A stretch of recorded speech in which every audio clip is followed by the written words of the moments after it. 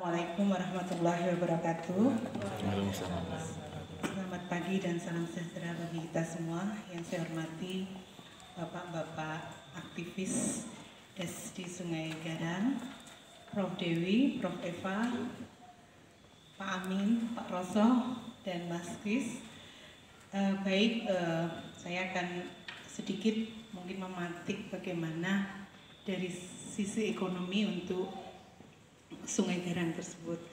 Jadi kalau di ekonomi ini termasuk kegiatan green economy, yang mana green economy itu melestarikan dan merawat alam dan agar bisa lebih dibudidayakan sehingga bisa mensejahterakan masyarakat. Jadi kegiatan di sekitaran Kali Garang ini supaya bisa bagaimana bermanfaat bagi dibudidayakan untuk sumber daya alamnya, karena memang di Indonesia itu yang menjadi sumber ekonomi adalah sumber daya alam, sehingga dengan adanya pendidikan sungai atau dengan adanya konservasi sungai ini artinya adalah suatu kegiatan untuk meningkatkan perekonomian masyarakat, di mana kita akan melestarikan atau merawat termasuk merawat sungai. Nah, artinya seperti apa? Yaitu bisa mengurangi risiko lingkungan secara signifikan. Dengan dikurangi risiko-risiko yang ada, sumber daya ekonominya bisa keluar. Demikian juga tindakan ekstra untuk mencegah dan menanggulangi persoalan lingkungan akibat eksploitasi yang dilakukan oleh manusia. Jadi kegiatan-kegiatan apa yang merusak di lingkungan sungai ini sebaiknya diminimalisir sehingga nanti sumber daya alam untuk kegiatan ekonominya bisa. Nah, kira-kira sumber daya alam sungai itu seperti apa? Ada beberapa yang mungkin secara ekonomi bisa dikembangkan. Mungkin memang sungai itu kalau menampung air, dan setelah menampung air bisa mengalirkan ke hilir. Demikian juga sungai bisa digunakan sebagai pembangkit tenaga listrik, kemudian juga pusat ekosistem, dan juga mencari nafkah. Jadi sungai kalau bisa benar-benar dilindungi, dirawat, dibudidayakan, bisa digunakan banyak ikannya, sehingga ikannya bisa dijadikan sebagai penghasilan untuk masyarakat sekitar. Demikian juga sumber daya bahan makanan, bahan konsumsi. Jadi ikan tawar itu banyak gizinya. Saya kira ini juga bisa digunakan untuk meningkatkan kesejahteraan masyarakat. Selain itu mungkin Sungai Garang kalau cantik seperti di bawah itu bisa juga digunakan sebagai tempat rekreasi untuk mencari ketenangan, untuk mencari syukur-syukur bisa berenang di bawah itu. Kadang-kadang juga mau ada kapalnya tapi nggak tahu itu kok yang di bawah yang dekat hulu, dekat hilir sana ya.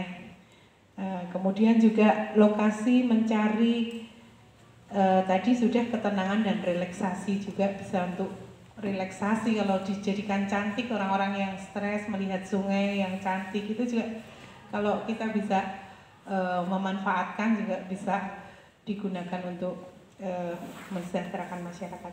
Juga kalau sungai itu terawat bisa juga untuk kebutuhan sehari-hari, bisa untuk mandi, bisa untuk mencuci dan sebagainya. Dan juga sungai bisa digunakan untuk mencegah banjir. Jadi menurut saya secara ekonomi sungai itu kalau dirawat kemudian dilestarikan, dibudidayakan, ini bisa meningkatkan sumber daya alam dan akhirnya bisa meningkatkan pendapatan masyarakat. Warahmatullahi wabarakatuh. Waalaikumsalam. Bapak Ibu yang saya hormati, saya cerita dari pengalaman begini Pak. Suatu hari waktu anak saya masih kecil-kecil, sekarang anak saya sudah punya anak semua Pak, jadi mbah ini Pak saya. Saya dengan suami dan 2 anak itu naik Vespa Pak. Kemana? Ke Tinjomoyo yang ex kebun binatang Pak, itu tidak jauh dari tempat saya. Saya lupa itu tanggal 1 Januari, saya lupa bahwa itu Januari. Tapi saya ingat itu libur, ternyata 1 Januari Pak. 1 Januari saya bersama anak dan suami itu bervespa berempat di Kaligarang. Airnya jernih Pak, jernih, mandi-mandi di sana, di Kaligarang. Setelah saya ingat bahwa itu Januari Pak, maka saya segera pulang sama suami. Pak, cepat balik, ini Januari. Udan ini nongkene ora udan Pak. Tapi di sana di atas mungkin hujan. Kan begitu ya Pak ya. Jam 11 siang saya terus pulang. Jam 4 sore banjir bandang. Iya Pak ya. Jadi ini saya ingat sekali. Inilah kondisi-kondisi yang perlu dipahamkan kepada masyarakat. Artinya apa yang kita lihat aman di sini bisa jadi menimbulkan bahaya kalau kita tidak mengenalnya.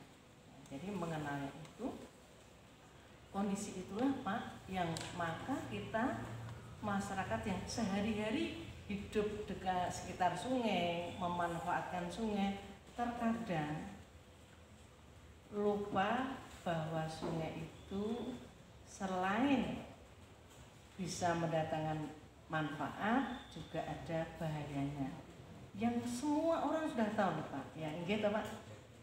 Banyak cerita orang sekitar sungai hanyut, kan ada ya Pak ya, sudah bisa berenang tapi hanyut.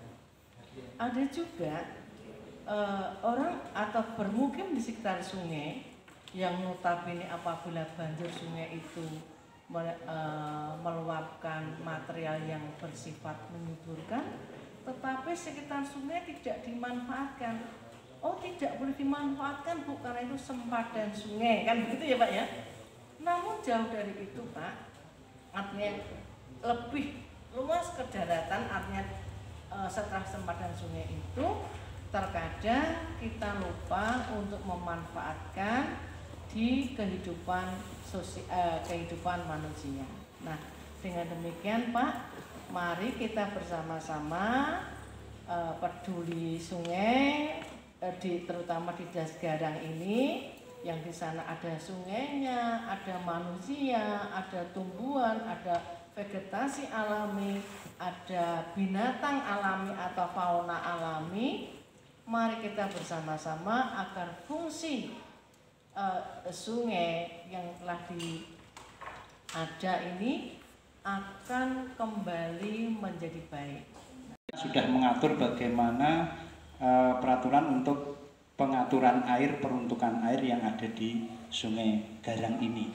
Ini saya ambil sedikit tentang permasalahan yang ada di Sungai Garang. Tahun 2010, Sungai Garang itu terbagi menjadi 7 segmen.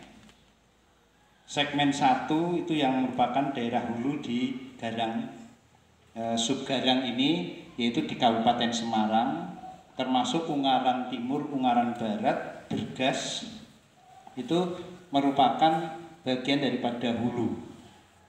Kemudian segmen yang kedua, ini adalah daerah sekitar Banyumanik, ya, kemudian sebelah selatannya Banyumanik itu di Jalan Pramuka itu apa? Di kecamatan apa itu? Budak Payung, Budak Payung. Ya.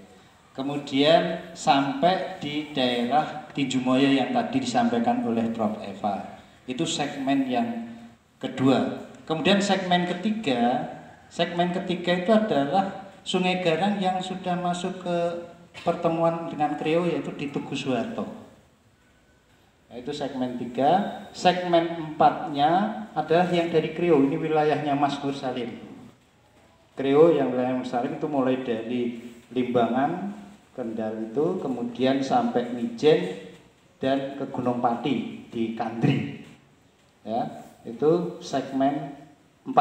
Segmen 5-nya itu mulai dari Greenwood itu sampai di Tugu Soeharto, yang melalui nanti ada Sungai Kripik yang ada di situ. Jadi Sungai Kripik itu masuk pada segmen yang kelima.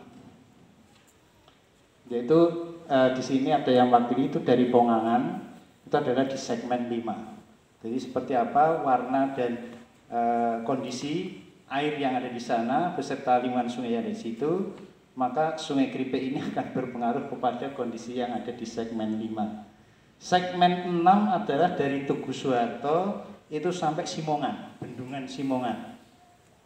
Itu segmen yang ke-6. Sedangkan segmen yang terakhir dari Bendungan Simongan itu sampai Banjir Kanal Barat, itu sampai di Laut Jawa. Nah, seperti apa kondisinya pada tahun 2010? Ini sebenarnya air, khususnya yang kita perhatikan adalah air. Air ini adalah mutu yang ditetapkan segmen 1 sampai segmen 6 itu diharapkan merupakan airnya itu kelas 1. Kelas 1 itu ya sehat, bersih. Itu harapannya. Tetapi